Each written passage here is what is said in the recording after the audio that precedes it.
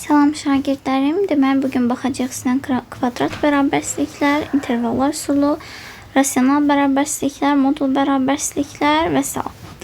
Başlayırıq kvadrat bərabərsizliklərdən. Kvadrat tənlikləri ilk olaraq hatırlayırıq. Zaten biz sizlə demişdik ki, tənliklər və bərabərsizliklər mövzusu demək olar ki, bərabərdir. Yəni oxşardır. Sadəcə tənliklərdə biz daha çox bərabərdən istifadə edirik, bərabərsizliklərdə isə bu işarələrdən istifadə olunur. Onlar arasındakı, yəni belə ümumi görünüşdən tək fərq ondan ibarətdir. Əgər kvadrat bərabərsizliklər deyirlərsə, biz ağlımıza ilk olaraq kvadrat tənlikləri gətirəcək. Kvadrat tənliklər də nədir? Ax kvadrat üstə gəlsin, bx üstə gəlsin, c bərabər 0 şəklində yazıla bilən tənliklər kvadrat tənliklər deyilirdi. Gəlin baxırıq kvadrat bərabərsizliklərə. Tərifdə bizə qeyd olunub ki, ax kvadrat üstə gəl, bx üstə gəl, c. Baxın, böyük bərabərdir 0, böyükdür 0, kiçik bərabər 0, kiçikdir 0. Yəni hər bir 4 işarədən, bizim zaten 4 dənə işarəmiz vardı bərabər xaricində. Bu işarələr, hər bir 4 işarədən də istifadə olunur. Deməli, bu şəkildə olan bərabərsizliklər kvadrat bərabərsizliklər deyilir. Kvadrat bərabərsizliklərin həlli ilə tanış olacaq. Həllində biz istifadə edirik sadəcə a sıfırdan böyük olanda. Baxın, hər birində a sıfırdan böyük olandadır. Əgər a sıfırdan kiçik olsa, onu da birazdan deyəcəm sizə. A sıfırdan böyük olanda istifadə edirik və d-ni bir dəfə sıfırdan böyük götürür, bir dəfə sıfıra bərabər, bir dəfə də sıfırdan kiçik. Yadınıza gəlirsə, biz kvadrat bərabərsizliklər keçəndə demişdik ki, d sıfırdan böyük olanda 2 fərqli və həqiqi kökü var. D sıfıra bərabər olanda 2 bərabər həqiqi kökü var. D sıfırdan kiçik olanda isə həqiqi kökü yoxdur, kompleks kökü var. Bunlar oldu bu şəkildə.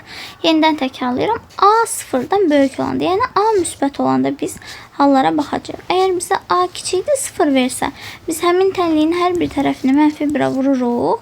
A böyükdür 0-a gətiririk. Yəni mənfidirsə, mənfi 1-ə vuranda müsbətə çevrilir. Tutaq ki, müsbət 1-ə vurmuş oluruq. Yəni A böyükdür 0-a gətiririk. Daha sonra yenidən bu qaydalarımızı tətbiq edirik. İndi baxırıq nələrə. İlk olaraq A böyükdür 0-dan və diskriminantım da böyükdür 0-dan.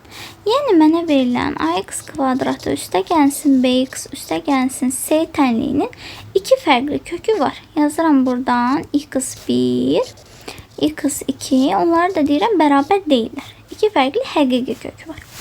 Baxırıq nəyə? Burada işarələri də sizin üçün fərqli rənglə rəngləyim ki, gözünüzü daha yaxşı oxşasın. Aha. Böyükdür işarəsi. X kvadrat üstə gəl, bx üstə gəlsə böyükdür 0-dan. Əgər böyükdür 0-dan olsa, x daxil olur. Mənfi sonsuzluqdan x1-ə qədər birləşir. x2-də müsbət sonsuzluğa qədər. Bu bizim sadəcə böyükdür olanda halımızdır. Böyük bərabərdə olanda isə baxın eyni şeydir. Mənfi sonsuzluq, x1, x1. x2, x2, müsbət sonsuzluq. Tək fərq nədir? Burada yumru mötərizədir və yaxud da biz bunları interval deyirik. Burada da kvadrat mötərizədir.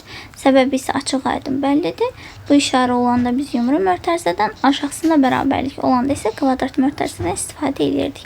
Və salam. Bu da bizim oldu əsas, necə deyim, düstur kimi yadımızda saxlamağımız. Məsələn, verəcək bizə bu tənliyi mən hesablayıram. Bunu ayrılıqda kvadrat tənliyi kimi hesablayıram. x1 ilə x2-ni tapıram, gətirirəm, baxıram şərtə.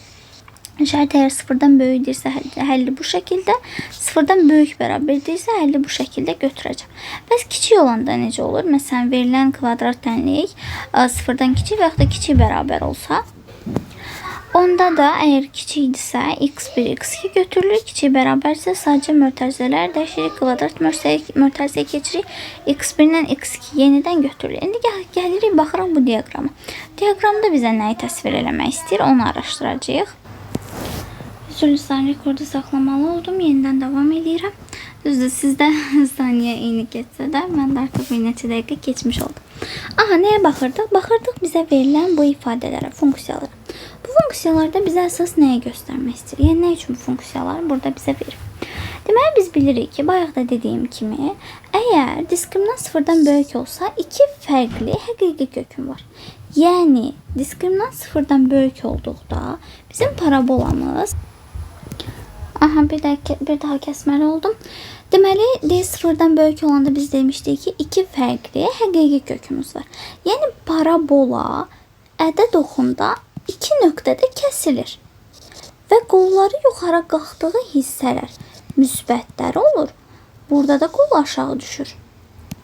Fərqli rənglə göstərin. Burada da qol aşağı düşür. Bu hissələrdə mənfi olur. Bu bizə bunu göstərir. Yəni verilmiş funksiya, burada verilmiş ifadə və yaxud da şəkil bunu göstərir. Digərində nədir? Diskriminant sıfıra bərabər olanda biz nə demişdik? Demişdik ki 2 bərabər kökü var. Yəni bir dənə kökü var. 2 bərabər kökü var. x1 bərabərdir x2. Bir rəqəmə bərabərdir. Məsələn 1, məsələn 8 və s. belə. Yəni bizim parabolamız ədəd oxu ilə bir nöqtədə kəsişir. Və baxırıq ki, hər ikisində qolları yuxarıdır. Qolları yuxarıdırsa müsbətlər davam edir, gedir. Diskriminant sıfırdan kiçik olanda isə həqiqi ədəd deyil. Bizim köklərimiz həqiqi ədəd deyil, kompleks ədəddir. Yəni bu ədəd oxuna kəsişmələr yenə qollarımız yuxarı olduğu üçün müsbətlər olacaq. Bu şəkildə. Daha sonra bunlara nəzər yetirdik. Keçir diskriminant sıfıra olan hal. Sıfıra olan halda da baxırıq ki, ax kvadrat üstəgəl bx üstəgəlsi böyükdür 0. Buradakı ilə eynidir. Yəni ax kvadratı üstəgəlsi bx üstəgəlsi 0-dan böyük olanda x mənfi sonsuzluqdan gəlir alır x1-ə qədər. Yenidən x1-dən və yaxud da bunların hər ikisinə də x2 yaza bilərik. Zaten bizim x1-imizlə x2-miz bir-birinə bərabərdir. x1-dən də alır müsbət sonsuzluğa qədər. Əgər böyük bərabər olsa, onda biz sadəcə bu mənfi sonsuzluqla bu müsbət sonsuzluğa götürəcəyik. Yəni deyirik ki, ax kvadrat üstəgəl bx üstəgəl c böyük bərabər olsa 0-dan x-imiz mənfi sonsuzluqdan müsbət sonsuzluğa qədər bütün ədədləri alır. Əgər kiçik olsa 0-dan heç bir ədəd almır. Boş çoxluğa bərabərdir. Baxın, o kiçikdir 0-ı da əsasən nəyə görə yazırıq? Baxın, burada kiçikdir 0. Kiçikdir 0 nə deməkdir? Mənfi deməkdir. Mənfidə müəyyən bir ədəd alırdı da x1 ilə x2 aralığındakı ədədləri alırdı. Düzdürmü? Amma burada həmin mənfi yoxdur. Elə ədəd oxunan kəsişib gedib. Vəssalam, sadəcə kəsişmə nöqtəsi var. Burada parabola aşağı düşsəydi, mənfi olsaydı, okey, bir şeylər demək olardı. Amma bunun mənfi hissəsi yoxdur. Baxın, ancaq müsbətdir. Ona görə deyirik ki, ax kvadrat üstəgəl bx üstəgəlsi 0-dan kiçik olsa, x heç bir qiymət almır.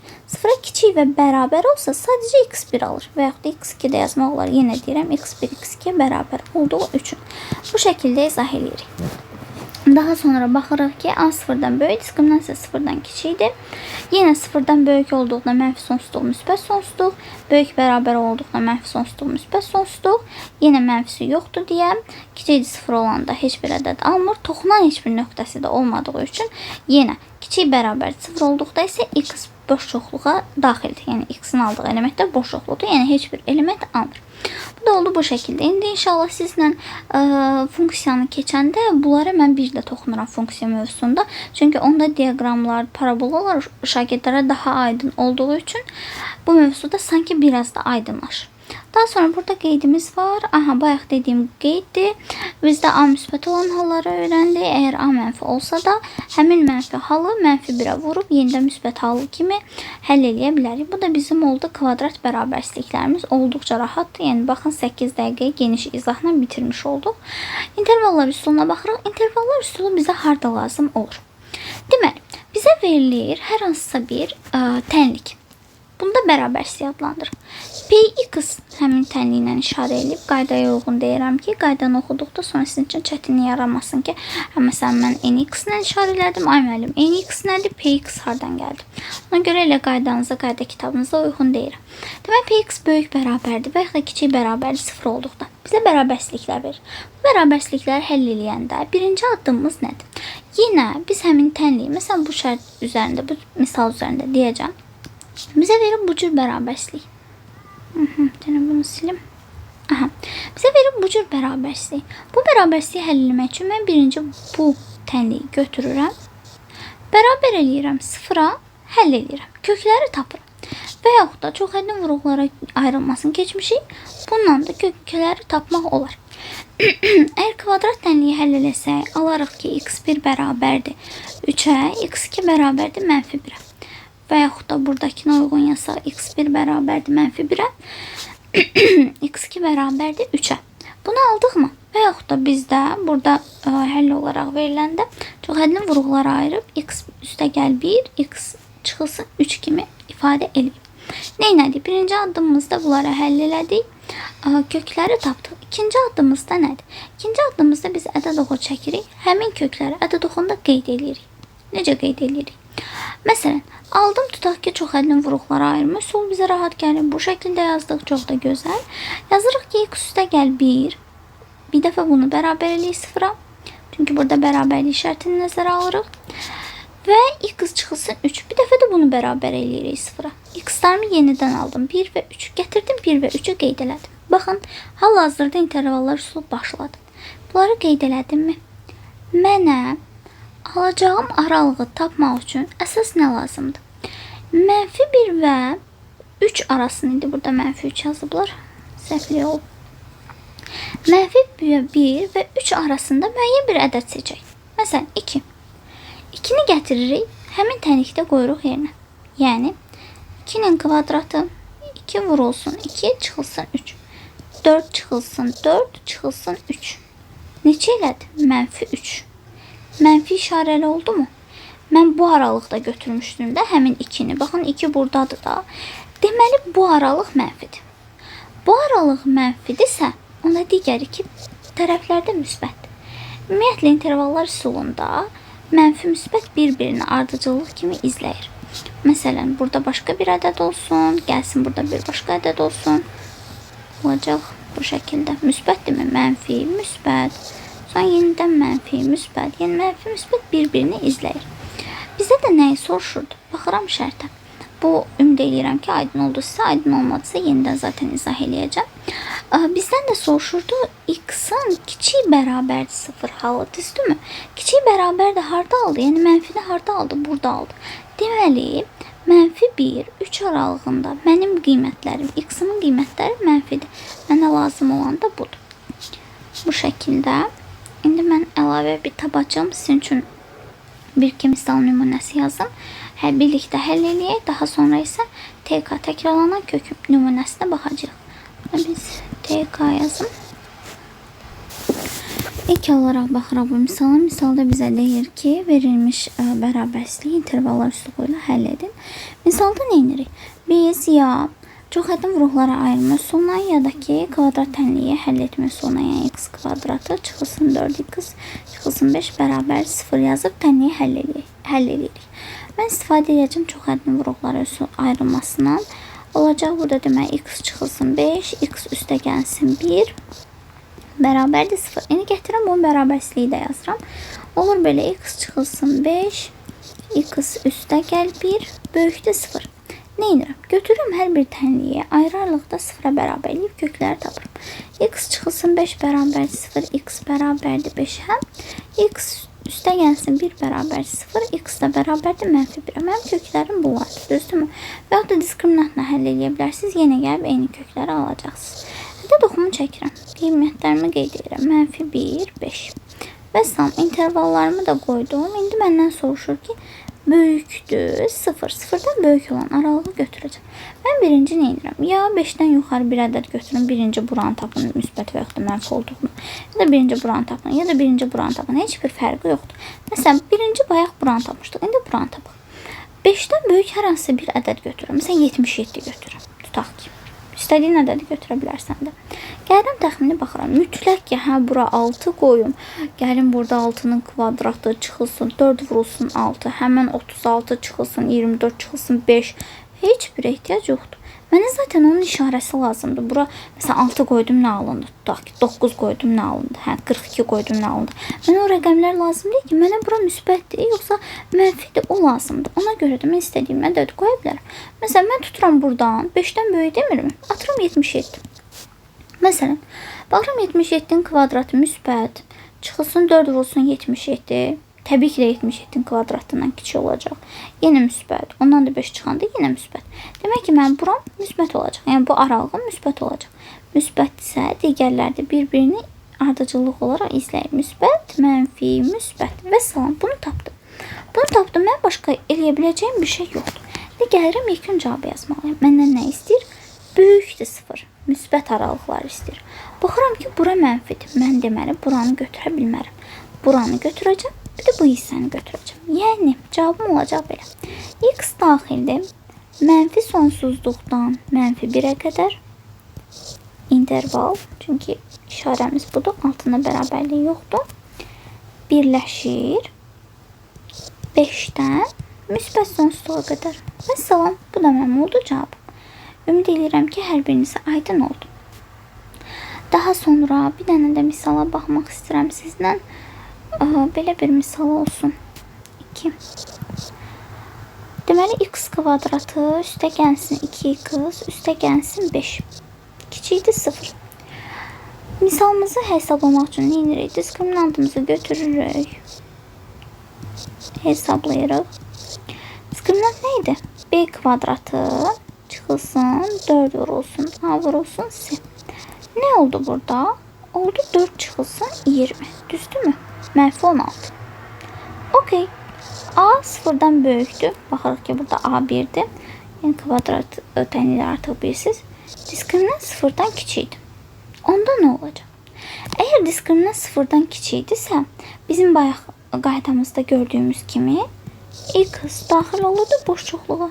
Və salam. İkinci cavabım oldu bu. Məsələn, imtahanda gəldik, diskriminant 0, mənfi 16 və yaxud da mənfi tutaq ki 28 nəsə aldınız, qorxmursunuz. Daha da sevinirsiniz ki, boşluqluğa bərabərdir. Yəni, mən bir də bunu hesablamayacağım. Daha da mutlu olmanız gereken yerler var. Və salam, bu da oldu bu şəkildə. Başqa bir nümunəyə də baxmaq istəyirəm sizlə. Onu yazmamışam.